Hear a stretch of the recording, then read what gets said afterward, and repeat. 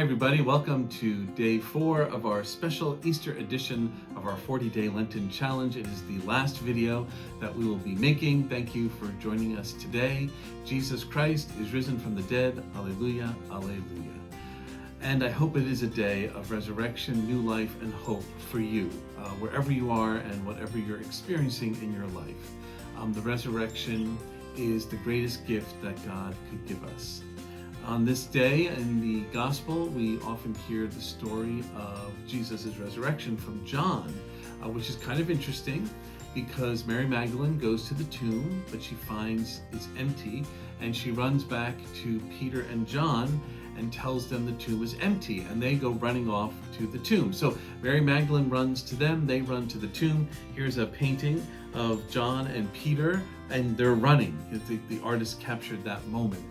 Running to the tomb. When they arrive, of course, they find it's empty. The garments are there, but Jesus is gone. I always find it a little bit ironic that for all the people who come to Mass on Easter Sunday morning, the only person they don't see or hear from in the gospel is Jesus. They all go there and they find it's empty and they look in, but it does say that when they looked in, they believed. They believed. And really, that's what a big part of what Easter is all about. We see the empty tomb. And we'll hear testimony about his resurrection. However, the purpose of all this is for you to look in the empty tomb and decide what you believe. Now, a little later in the story, Jesus meets Mary Magdalene, and he sends her back to the disciples and tells her to tell them that he wants them to meet him someplace.